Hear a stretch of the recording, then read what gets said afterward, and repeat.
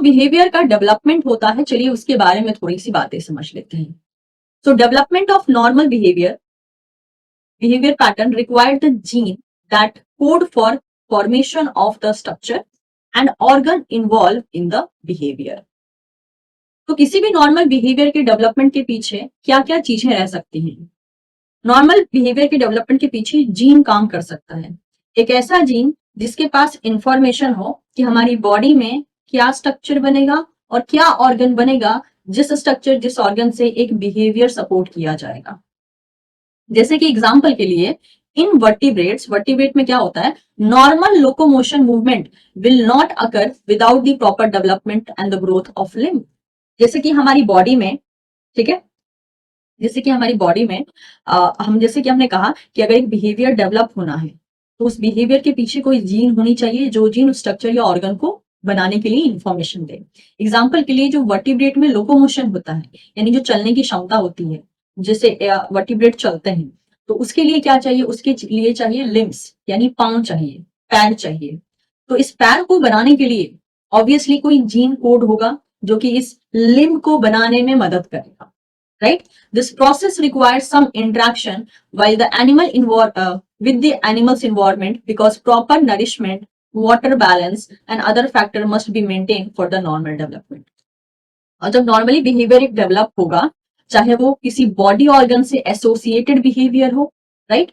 तो जब वो ऑर्गन डेवलप होगा जो कि एक बिहेवियर से एसोसिएटेड है, तो उस ऑर्गन की डेवलपमेंट में इन्वायरमेंटल फैक्टर्स भी रोल प्ले करेंगे, जैसे कि प्रॉपर नरिशमेंट रहना, वाटर की अवेलेबिलिटी अच्छी रहना, या अदर वो सारे फैक्टर जो कि एक तरीके से पॉजिटिव इन्फ्लुएंस करेंगे डेवलपमेंट पे। अब जब हम डेवलपमेंट की बात करते हैं, इसमें पहला चला आता है मैच्योरेशन, ठीक है? During maturation performance of behavioural pattern improve the part of nervous system and other structure complete the development.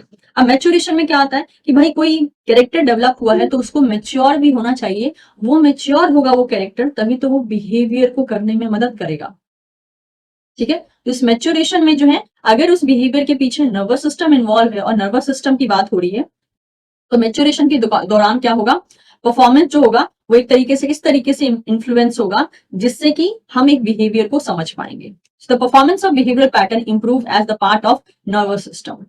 क्योंकि नर्वस सिस्टम भी हमने कहा था कि नर्वस सिस्टम, एंडोक्राइन सिस्टम, ये सब बिहेवियर में अपना रोल प्ले करते हैं, तो इन सारे सिस्टम का भी प्रॉपर ढंग से काम करना जरूरी है। नेक्स्ट बिहेवियर में चला आता है इंस्टिंक्ट। इंस्टिंक्ट बिहेवियर कौन सा हो गया? ऐसा बिहेवियर जो कि हम जन्म से अपने साथ लेकर आते हैं, जिसके लिए जीन्स रिस्पॉन्सिबल होती है हमारी बॉडी में। या फिर बिहेवियर जो है लर्निंग भी हो सकती है, यानी हम जिसे पैदा होने के बाद लर्न करेंगे। तो डेवलपमेंट ऑफ बिहेवियर में हमने मैच्योरेशन देखा, ठीक है, जिसमें जिस टाइम पे जो है एक तरीके से मैच्योरेशन होगा उन सारे स्ट्रक्चर्स का, या उन सारे पाथवेज का, या उन सारे आप कह सकते हो कि पैटर्न्स का, जो कि एक बिहेवियर के पीछे रिस्पॉन्सिबल होंगे। अब ये बिहेवियर इंस्टिंक्ट भी हो सकता है, यानी जन्म से हमारे पास है वो, या फिर लर्न हो सकता है, यानी हम एक्सपीरियंस के दौरान उसको लर्न करेंगे। बहुत हंसी आ रही है, चक्कर क्या है जरा हमें भी बताओ। अब चलिए समझते हैं approach to study the behaviour. Behaviour को स्टडी करने के लिए यहाँ पे हमारे पास टोटल 4 अप्रोच हैं। पहला अप्रोच है यहाँ पे कंपैरेटिव साइकोलॉजी। कंपैरेटिव साइकोलॉजी क्या कहती है, देखिए, one approach to study the animal behaviour is the comparative psychology, जिसमें कि हम स्टडी करते हैं genetic, neural and hormonal basis of animal behaviour. यानी इस टाइम पे हम क्या करते हैं, कंपैरेटिव स्टडी करते हैं कि एक एनिमल बिहेवियर के पीछे, मान लीजिए एक एनिमल किसी तरीके से बिहेव कर रहा है, तो उस एनिमल बिहेवियर के पीछे genetic, neural and hormonal aspect क्या हो सकता है। यानी ये तीनों चीज, genetic, neural and hormonal area, ये तीनों फैक्टर्स कैसे एक एनिमल के बिहेवियर में अपना रोल प्ले कर रहे हैं। How animal receive information and process and nature of behaviour pattern constituting the animals response to their surrounding. तो इसे हम कंपैरेटिव साइकोलॉजी कहते हैं। यस, इनेट, इंस्टिंक्ट सब कुछ सेम है। कभी हम इनेट कहते हैं, कभी हम इंस्टिंक्ट कहते हैं, कभी हम इनबॉर्न कहते हैं, कभी हम इसको इनहेरिटेड भी कहते हैं, ठीक है। अभी सब कुछ क्लियर करूंगी मैं वन बाय वन। सेकेंड, इसका जो अप्रोच होता है वो होता है इथोलॉजी। इथोलॉजी के फॉर्म में भी हम स्टडी कर सकते हैं एनिमल बिहेवियर को। Ethology is the study of animal behaviour that focus on evolution and the natural environment. यानी इथोलॉजी क्या है, ये हम एनिमल बिहेवियर को स्टडी करते हैं जो कि फोकस करता है एनिमल्स के इवोल्यूशन पे और उसके नेचुरल इन्वायरमेंट पे।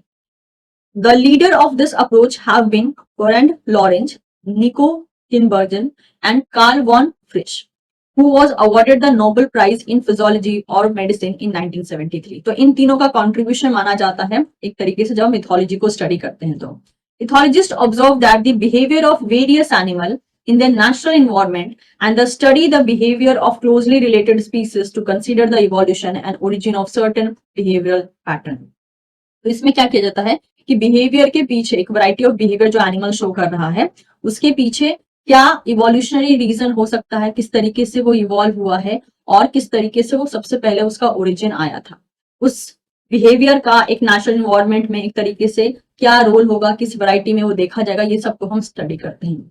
Ethologist really deal with the learning और are interested instead in animal communication, mating behaviour and social behaviour. तो ये था हमारा second approach, that is ethology में हम किस तरीके से स्टडी करते हैं।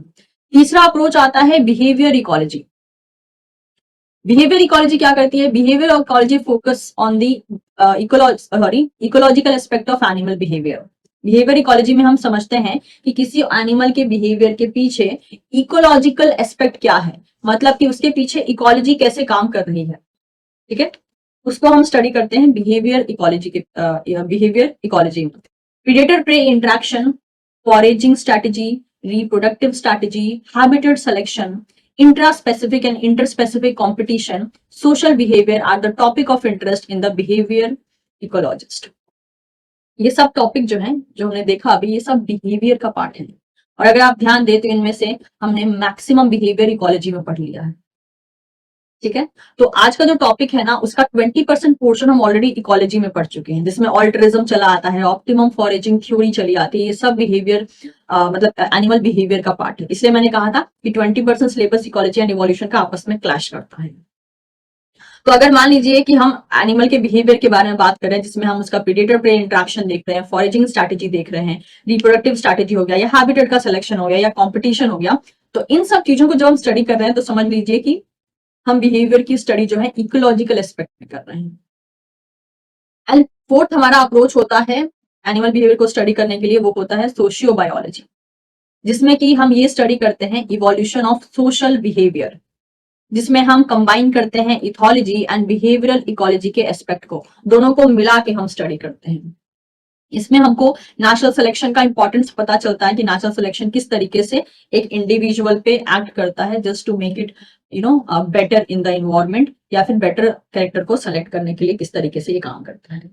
ओके, तो ये था हमारा अप्रोच कि कितने अप्रोच हो सकते हैं एक एनिमल के बिहेवियर को स्टडी करने के लिए। ओके, एक साइंटिस्ट है जिनका नाम अभी आपने जस्ट सुना, दैट इज टिनबर्जन्स 4 क्वेश्चन, ठीक है।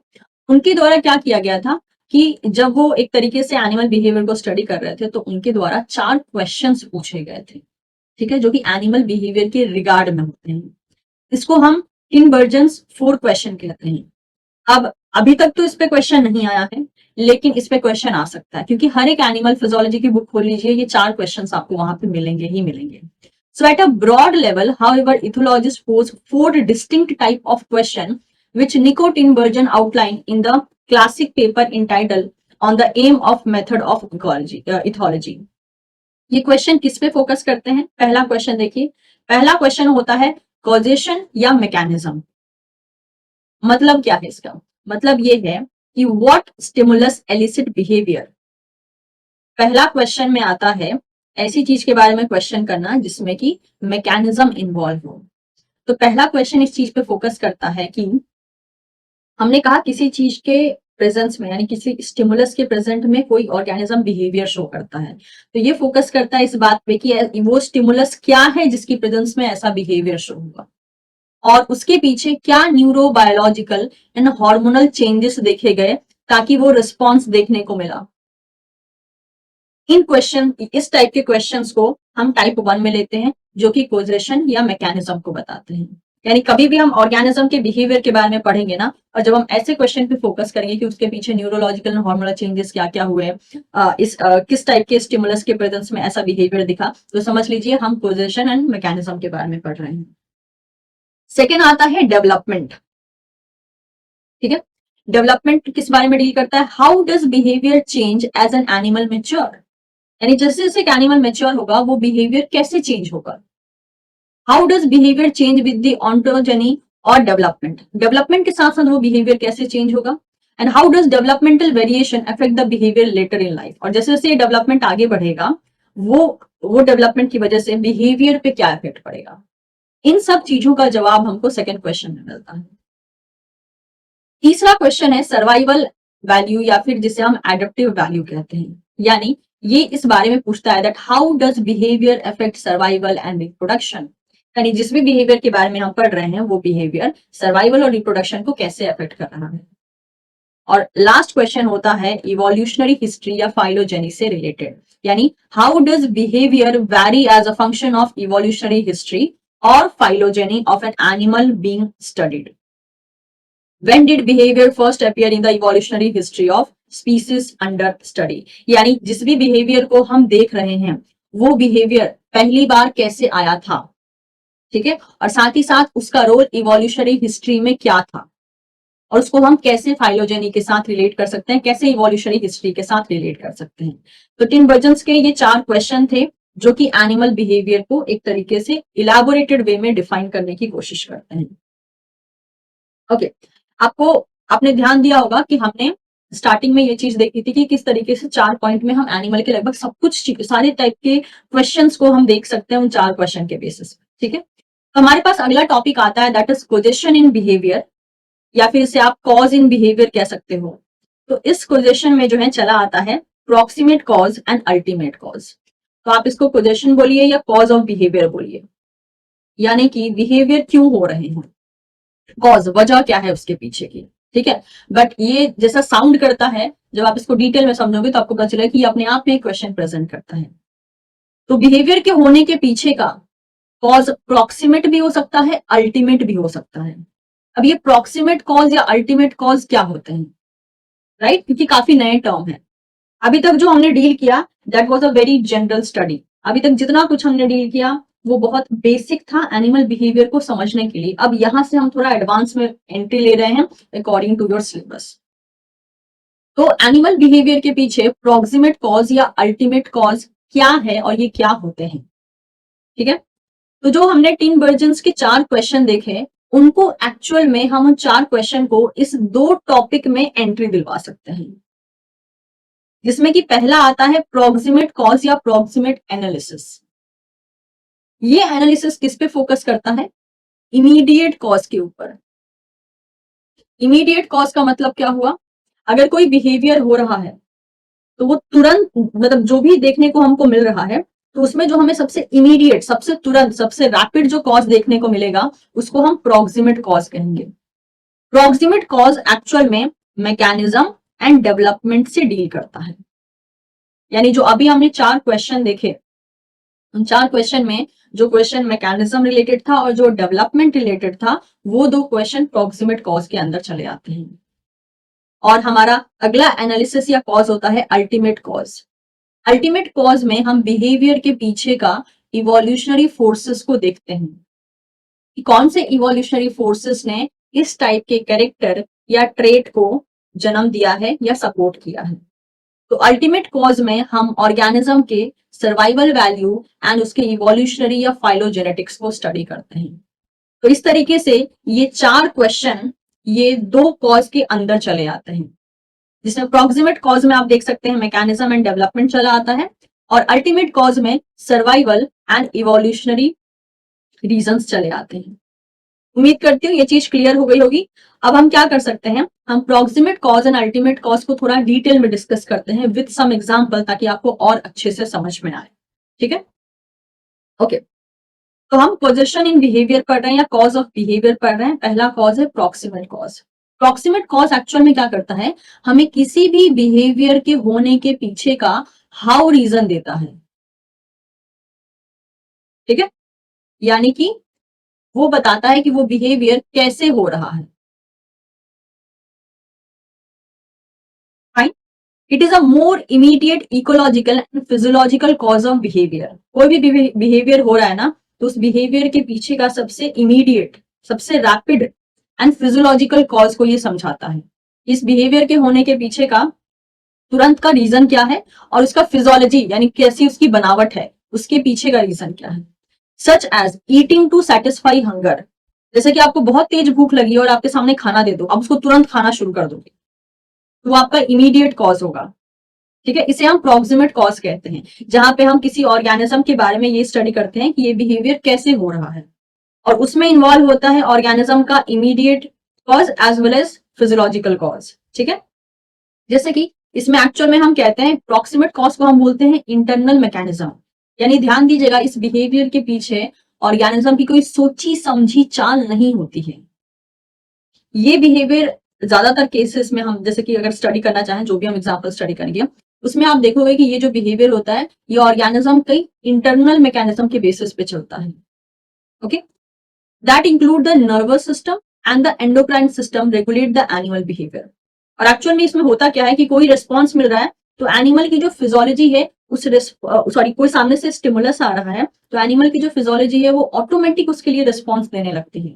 एक एग्जाम्पल लेते हैं, अर्ली मॉर्निंग में आपने मेल बर्ड को सॉन्ग गाते हुए सुना होगा। ठीक है, अच्छा ये जो सिंगिंग होती है, जिस सिंगिंग की हम बात कर रहे हैं वो सिंगिंग हम यहाँ पे एक तरीके से प्रॉक्सिमेट कॉज मतलब एक तरीके से आप कह सकते हो कि हम इनबॉर्न वाली एग्जांपल में ले रहे हैं। ठीक है, तो जो मेल बर्ड होते हैं वो सुबह सुबह जो है गाना शुरू कर देते हैं, सूरज निकलते ही आप सुबह सुबह जो मतलब बहुत मीठी मीठी सी आवाज आपको सुनाई देती है बर्ड्स की। तो उनमें होता क्या है एक्चुअल में, जो बर्ड्स होते हैं जैसे ही सूरज की किरणें आती हैं, ठीक है, तो मेल बर्ड्स में जो है उन लाइट्स के लिए रिसेप्टर्स होते हैं, वो जैसे ही सन से एक्सपोजर में आती हैं वो रिसेप्टर्स एक्टिवेट हो जाते हैं। वो रिसेप्टर एक्टिवेट होकर क्या करते हैं, वो रिसेप्टर एक्टिवेट होकर नर्वस सिस्टम को स्टिमुलेट करते हैं। नर्वस सिस्टम क्या करता है, नर्वस सिस्टम जो है एंडोक्राइन सिस्टम को स्टिमुलेट करता है। और एंडोक्राइन सिस्टम क्या करता है, एंडोक्राइन सिस्टम जो है हार्मोन का रिलीज करवाता है। इस केस में जो हार्मोन रिलीज होता है, जिस एग्जांपल की हम मेनली बात करें दैट इज टेस्टोस्टेरोन, वो जो हार्मोन होता है वो क्या करता है, वो बर्ड में इस सिंगिंग पैटर्न को स्टार्ट कर देता है और बर्ड जो है गाना शुरू कर देती है। ठीक है, तो यहाँ पे हम क्या स्टडी कर रहे हैं, हम स्टडी कर रहे हैं हाउ, कैसे हुआ। तो हमने बात की कैसे हुआ, सूरज की रोशनी आई, बर्ड के फोटो रिसेप्टर ने उसको रिसीव किया और उसके बाद फिर नर्वस सिस्टम पे इन्फ्लुएंस किया, नर्वस सिस्टम ने फिर एंडोक्राइन सिस्टम को रेगुलेट किया, एंडोक्राइन सिस्टम ने हार्मोन प्रोड्यूस किया, हार्मोन ने सिंगिंग को इन्फ्लुएंस किया। तो ये हमें पता चला हाउ, यानी कि ये जो बिहेवियर हम देख रहे थे कि भाई सुबह सुबह बर्ड गाना गाती है, कैसे गाती है, इस वजह से गाती है, तो इसको कहते हैं हम प्रोक्सिमेट कॉज। जब किसी एनिमल बिहेवियर के पीछे का हम हाउ रीजन जानने की कोशिश करते हैं तो वो होता है प्रोक्सिमेट कॉज। ठीक है, so in general the nervous system mediate more specific and rapid response while the endocrine system monitors slower and more generous response. Mechanism and structure within an animal that produce those kind of behavior. अब देखिए जो भी behaviour की हम study कर रहे हैं ना, उसके लिए क्या है, उसके लिए एनिमल की बॉडी में already mechanism and structures fix हैं, राइट, कि भाई कौन से मैकेनिज्म के थ्रू क्या चीज एक्टिवेट होगी या बॉडी का कौन सा स्ट्रक्चर किस चीज के लिए रिस्पॉन्स करेगा, ये सब चीजें ऑलरेडी उसकी फिजियोलॉजी में शामिल हैं, वो कोई नई फिजियोलॉजी नहीं बना रहा है। इसलिए कहा गया था कि ये इमीडिएट तुरंत होने वाला और फिजियोलॉजिकल कॉज है बिहेवियर के पीछे का। आप समझते हैं अल्टीमेट कॉज क्या होता है, अल्टीमेट कॉज क्या बताता है हमको, किसी भी बिहेवियर के पीछे का वाई रीजन बताता है। भाई ठीक है, तुमने बता दिया कि कैसे हो रहा है, अब बता दो क्यों हो रहा है। जो भी बिहेवियर आप स्टडी करते हो ना, तो उसके पीछे कैसे का भी वजह होता है, क्यों का भी वजह होता है, राइट। तो अगर आप किसी बिहेवियर के पीछे का क्यों रीजन जानना चाहते हो, वाई, ठीक है बर्ड गा रही है लेकिन क्यों गा रही है, अभी आपने जाना बर्ड कैसे गा रही है, बर्ड बर्ड क्यों गा रही है, क्यों का जो रीजन आपको मिलेगा वो कहलाता है अल्टीमेट कॉज, कि भाई उस बिहेवियर के पीछे का अल्टीमेट कॉज क्या है। ठीक है, it is another level of position in behaviour occur in the evolutionary time scale, जो कि मेनली इवोल्यूशन के ऊपर फोकस करता है। It explain why animal behave that way, ये हमको बताता है कि एनिमल ने जो बिहेव किया वो उस तरीके से क्यों बिहेव किया, यानी सिंपल सी बात है उस बिहेवियर के पीछे का पर्पस क्या है, right. It identify the evolutionary history of behaviour, mainly the purpose of behaviour is to survive and reproduce. और एक्चुअल में उस बिहेवियर के पीछे का रीजन क्या होता है कि क्यों हुआ वो, क्योंकि कहीं ना कहीं वो बिहेवियर सर्वाइवल या रिप्रोडक्शन से लिंक है। जैसे कि अभी एक आपने देखा बर्ड गा रही थी, राइट? तो बर्ड का जो सॉन्ग है वो क्या करेगी, आपने देखा कि बर्ड सुबह सुबह होते होते जो है वो सॉन्ग परफॉर्म करना शुरू कर देती है। हमने देखा कैसे करती है, हमने देखा उसका नर्वस सिस्टम, एंडोक्राइन सिस्टम कैसे काम करता है। अब सवाल आता है क्यों करती है? बिकॉज सॉन्ग जो है उसका वो मेट्स को अट्रैक्ट करता है, यानी एक तरीके से पोटेंशियल मीटिंग पार्टनर को अट्रैक्ट करेगा वो सॉन्ग, जिससे क्या हो जाएगा, जिससे उसको मौका मिल जाएगा अपने नेक्स्ट जनरेशन को प्रोड्यूस करने का, यानी वो अपना रिप्रोडक्टिव सक्सेस बढ़ा रहा है उससे। क्योंकि जब मेट उसको मिल जाएगा तो उस मेट के साथ वो मीटिंग करेगा और अपने जेनेटिक इंफॉर्मेशन को वो नेक्स्ट जनरेशन में भेज देगा। तो अभी हमने जो सिंगिंग बिहेवियर देखा, उस सिंगिंग बिहेवियर के पीछे क्या मतलब कौन सी चीज कैसे काम कर रही थी वो हमने देखा, और हमने ये भी देख लिया कि ये बिहेवियर क्यों हुआ, क्योंकि इससे रिप्रोडक्टिव सक्सेस बढ़ रहा है। और इनफैक्ट अगर वो बर्ड के पास अच्छी टेरिटरी है तो वो सिंगिंग के थ्रू वो अपने टेरिटरी को भी डिफेंड करेगा, यानी अपनी टेरिटोरियलिटी बिहेवियर भी उससे शो करेगा। तो जो सिंगिंग मतलब एक तरीके से बिहेवियर हमने स्टडी किया, उसका हमने प्रोक्सिमेट कॉज भी देखा और अल्टीमेट कॉज भी देखा। कुछ और एग्जाम्पल ले लेते हैं दोनों को लिंक करके समझने के लिए। जो गीज होती हैं, ठीक है, ये आप देख सकते हैं, यहाँ पे गीज की पिक्चर्स रखी हुई हैं। ये जो गीज होती हैं इनमें भी प्रोक्सिमेट एंड अल्टीमेट प्रोस्पेक्टिव देखने को मिलता है इनके बिहेवियर का। जिस बिहेवियर की मैं बात कर रही हूँ उस बिहेवियर को यहाँ कहा जाता है दैट इज इम्प्रिंटिंग। इसमें क्या देखा जा रहा है, इसमें देखा जा रहा है कि ये जो यंग गीज है यहाँ पे, ये जो इसके बच्चे हैं, ये क्या कर रहे हैं, ये अपनी मदर को फॉलो कर रहे हैं। बतख के भी बच्चों को आपने देखा होगा, ऐसे ही करते हैं, उनकी मदर जहां जहां जाती है पीछे पीछे जाने लगते हैं। चिकन्स में भी सेम होता है कि उनकी मदर जहां जहां जाती है चिक्स भी पीछे पीछे लगे रहते हैं, राइट? तो ये बिहेवियर जो है इम्प्रिंटिंग बिहेवियर कहलाती है। इम्प्रिंटिंग बिहेवियर होती क्या है वो भी हम डिटेल में आज डिस्कस करेंगे। यहाँ जो मैं बता रही हूँ वो हो क्या रहा है कि मदर आगे आगे चल रही है, पीछे पीछे से उनके जो यंग गीज है वो उसको फॉलो कर रहे हैं। तो बिहेवियर में हमको इम्प्रिंट दिखाई दे रहा है, जिसमें कि एक तरीके से सामने वाले के नक्शो कदम पे चला जाता है एक तरीके से, ठीक है। अब इसका प्रोक्सिमेट कॉज क्या है, यानी ये कैसे हो रहा है, how? So during an early and critical development stage the young geese observe their mother moving away from them and calling. क्योंकि ये जो यंग गीज है, ये जो बच्चे हैं, ये क्या करते हैं, ये अपने अपने यंग फेज में है, यंग फेज में है, और ये बहुत सेंसिटिव है, बहुत क्रिटिकल फेज में है। इस क्रिटिकल फेज में क्या करते हैं, वो जो भी चीजें देखते हैं वो देख के लर्न करना शुरू कर देते हैं। तो उस टाइम में ये अपनी मदर को ही ज्यादा देखते हैं, इसीलिए मदर जहां जहां जाती है वो उसी तरीके से उसके पीछे पीछे जाने लगते हैं।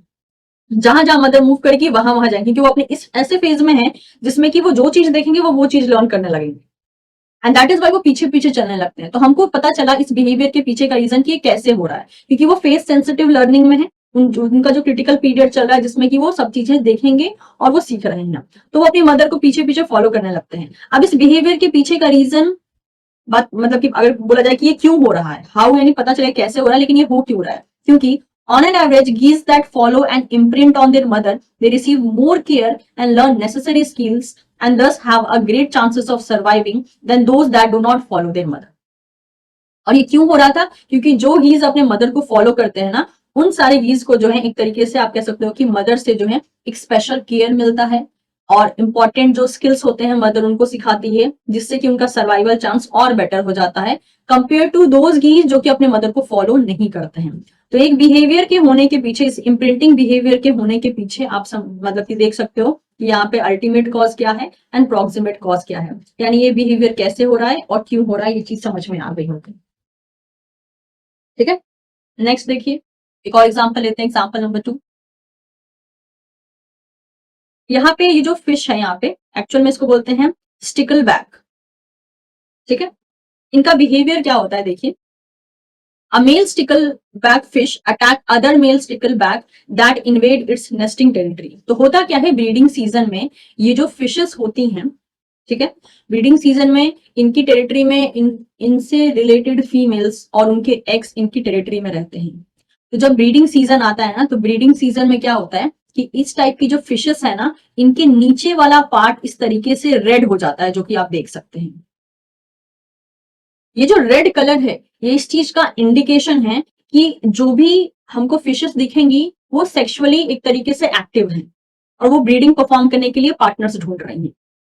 सो इन दैट केस क्या होता है, ये जो एक तरीके से आप कह सकते हो कि ये जो मेल स्टिकलबैक फिश है, ये क्या करता है, ये अदर मेल जो कि इसका दुश्मन हो सकता है, एक इंट्रूडर हो सकता है, मे बी ये अदर मेल किस लिए आया है, इसके ऊपर अटैक करने के लिए आया है, ताकि मैं इसको अटैक कर दूं और इसकी फीमेल और इसकी टेरिटरी और इसके एग को जो है मैं अपने पास रख लूंगा। तब उस टाइम पे क्या होता है कि ये जो मेल है वो इस इंट्रूडर मेल के लिए क्या करता है, एग्रेशन शो करता है।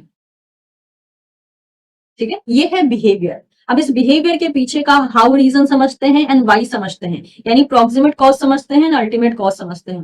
प्रॉक्सिमेट कॉज क्या है, the red belly of a intruder male यानी कि कहीं और से जो मेल आ रहा है, act as a sign stimulus. इसके यहाँ पे बेली पे जो रेड कलर है ना, वो रेड कलर एक्चुअल में इस मेल को सिग्नल दे रहा है। ठीक है, ये सिग्नल है इस चीज का कि हाँ भाई, क्योंकि ब्रीडिंग सीजन में जो भी सेक्सुअली एक्टिव फिश स्पीसीज होती हैं इनकी कैटेगरी की, वो क्या करती हैं, उनका बेली रेड हो जाता है। अब ये क्या करता है, ये रेड कलर के इसके बेली को देखकर क्या करता है, अपना एग्रेशन शो करता है। उस एग्रेशन, अब ये बात आती है कि क्यों शो करता है। By chasing away other males stickleback, a male decrease the chance that egg laid in his nesting territory will be fertilized by the another male। क्योंकि ऐसा करके वो क्या करता है, वो दूसरे मेल को अपने नेस्टिंग टेरिटरी से दूर भगाता है, जिसमें कि उसकी फीमेल या उसके एक्स हो सकते हैं। और जब ये दूसरे मेल को अपने से दूर भगाता है तो उस तरीके से ये अपनी टेरिटरी को सेव कर पाता है। तो ये हो गया रीजन कि भाई कैसे होता है और क्यों होता है ये बिहेवियर, यानी इस बिहेवियर के पीछे का ultimate cause and proximate cause. Hopefully this is clear to everyone.